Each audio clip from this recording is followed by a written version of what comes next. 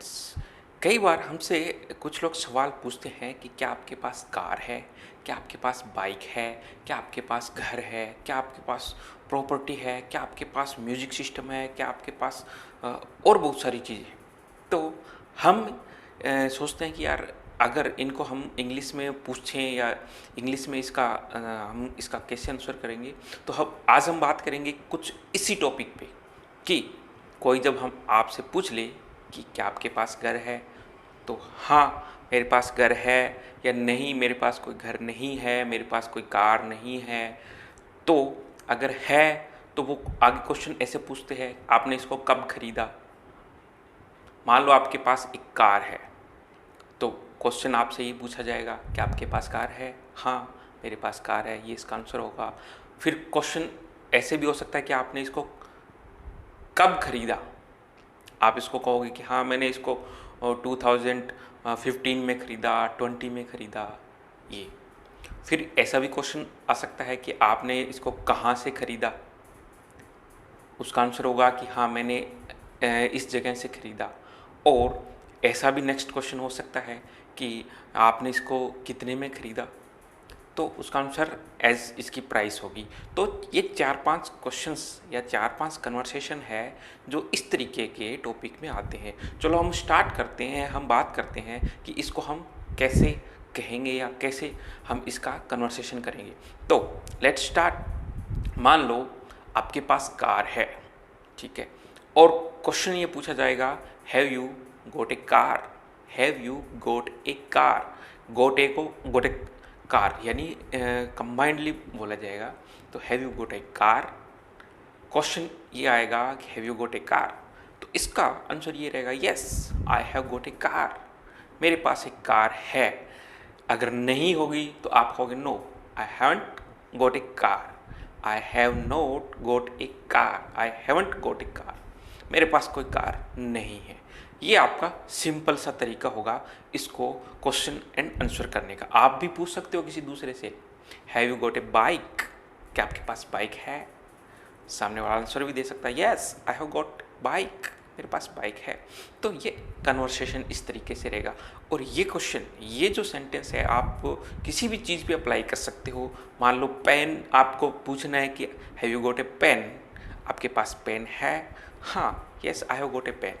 और मान लो आपको उससे पूछना है कि आपके पास क्या एक्स्ट्रा पेन है, तो इसको हम इस तरीके से पूछेंगे, have you got a spare pen, have you got a spare pen, and क्या तुम्हारे पास एक्स्ट्रा पेन है, मान लो आपको चाहिए। तो इस तरीके के कन्वर्सेशन में इस तरीके का क्वेश्चन पूछा जाता है और इसी तरीके से क्वेश्चन का आंसर दिया जाता है। तो हम मान लो have you got a car, आपके पास कार है। तो नेक्स्ट क्वेश्चन ये हो सकता है कि आपने इसको कब खरीदा, डिड यू बाय इट, आपने इसे कब खरीदा। और ये क्वेश्चन किसी भी चीज़ पे लागू हो सकता है। मान लो आपको पूछना हो कि आपने इसको कब खरीदा, तो when did you buy it, तो आप इसका आंसर दोगे I bought it, I bought it on, जो भी डेट होगी, या 2012, 2015, आई बॉट इट ऑन 2012। इस तरीके से आपका आंसर रहेगा। तो इससे नेक्स्ट क्वेश्चन ये भी पूछा जा सकता है कि आपने इसे कहाँ से खरीदा। मान लो आप कोई बढ़िया सी चीज़ ले आए, तो आपके दोस्त आपको ये पूछेंगे, अरे भाई कहाँ से खरीदा, है ना। इस तरीके का कि where did you buy it from, where did you buy it from, आपने इसे कहाँ से खरीदा। तो ये इसका क्वेश्चन रहेगा कि आपने इसे कहाँ से खरीदा। Where did you buy it from, कहाँ से खरीदा। तो आपको इसका आंसर देना है, I bought it from shopping mall या शॉपिंग कॉम्प्लेक्स या जयपुर, या जहाँ से भी खरीदा, दिल्ली, जहाँ से भी। आपको आंसर इस तरीके से रहेगा। तो क्वेश्चन क्या है, where did you buy it from, आपने इसे कहाँ से खरीदा। और आंसर आपको ऐसे देना है, I bought it from Jaipur, from Delhi, जहाँ से भी आपने खरीदा है उसको। तो आंसर क्या दोगे, आई बॉट इट, बाय की सेकंड फॉर्म का यूज़ करना है, बाय की सेकंड फॉर्म होती है बॉट, तो आई bought it from Jaipur, Jaipur से खरीदा। ये आपका आंसर रहेगा इस तरीके से, ठीक है। इससे मिलता जुलता नेक्स्ट क्वेश्चन भी आपसे पूछा जा सकता है, क्योंकि आपने इसे खरीदा है तो खरीदने से संबंधित क्वेश्चन आएगा कि भाई कितने में खरीदा आपने, कितने रुपए में खरीदा, कितने में खरीदा। तो इसके लिए आप इसको कैसे पूछोगे, how much is it for, how much is it for, यानी ये कितने का है। हाउ मच कितना बताता है, how much is it for, ये कितने का है। तो इसका आंसर आप दोगे इस तरीके से, it's for 15,000, it's for 20,000, it's for 1 lakh, या जो भी आपकी अमाउंट रहेगी उसको आपको बताना है, इट्स फॉर ऐसे करके आप आंसर दोगे। तो स्टूडेंट्स ये क्वेश्चन है इस तरीके के कन्वर्सेशन में। मैं एक बार रिपीट करता हूँ आपको कि सबसे पहले हमने ये कहना सीखा कि आई have got a car, I have got A bike, I have got A home. इस तरीके से आपने क्वेश्चन कहना, have you got a car, have you got a car, आपके पास कार है क्या।